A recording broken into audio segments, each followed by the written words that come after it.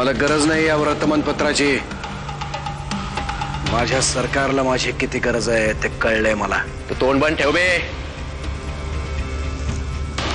नंदिनी काळजी नको करूस. आपलं लोकेशन माहित नाहीये त्यांना आणि त्यांना माहित पडावं असं काही केलं पण नाहीये आपण. माझी काळजी म्हणे.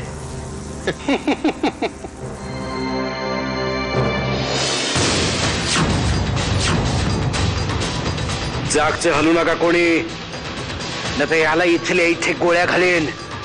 चले बघतो काय. चल चल.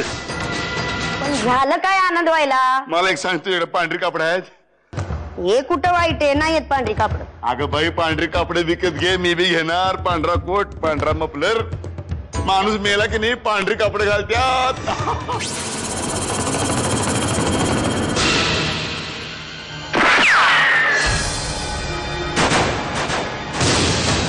घंटा खाली ती, नाहीतर गोळी तुझ्या डोक्यात घालेल. I'm sorry मिसेस किलेदार, आज कुछ ज्यादा हाथ नहीं लगा हमारे. कोशिश तो बहुत की हमने, पर नाकामयाब रहे. तुम्ही प्रयत्न करताय तेच खूप आहे आमच्यासाठी. नाहीतर जवळजवळ सगळ्या सरकारी यंत्रणांनी आमच्याकडे पाठ फिरवली.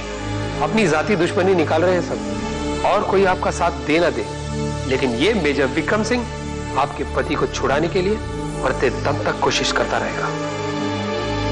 धन्यवाद. तू एवढा शांत कसा राहू शकतोस काली? नंदिनी, माझ्या समोर दुसरा कुठलाही पर्याय नव्हता. आपल्या जवळच्या एखाद्याला मारणं मलाही नाही आवडलेलं. कारण तू काहीही दे, पण भुरे आता आपल्यात नाहीये, हेच सत्य आहे ना.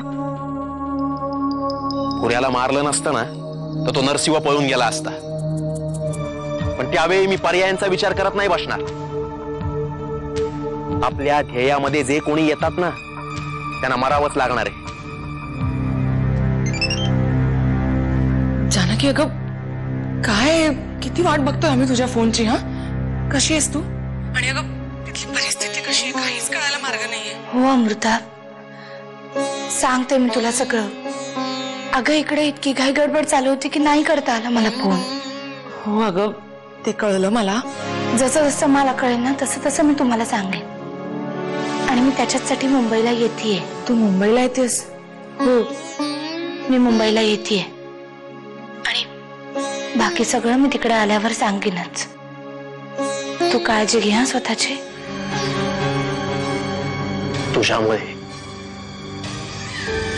तुझ्यामुळे गेला माझा मित्र.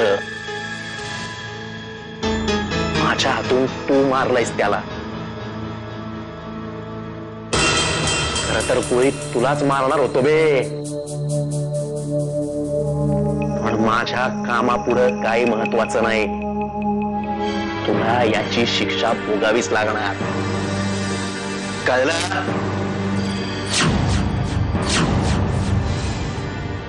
कनाप्पा,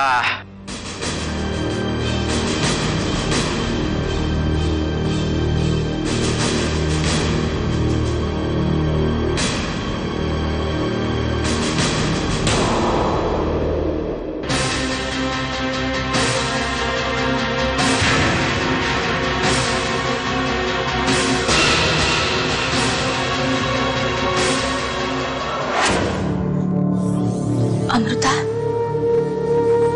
अजून जागी आहेस? झोपली का नाहीस? कशी झोप येईल का तिला? आत्याबाई, तुम्ही सुद्धा असं बोलून कसं चालेल? आणि आपण अमृताची नाही, तिच्या होणाऱ्या बाळाची काळजी घेतोय ना. कशी झोप लागेल मला? एक शब्द सुद्धा पुढे बोलू नकोस. पहिल्यांदा जा आणि जाऊन आराम कर. हवं तर असं समज की इकडे येताना तुझ्या बाबांनी हा निरोप दिलाय म्हणून.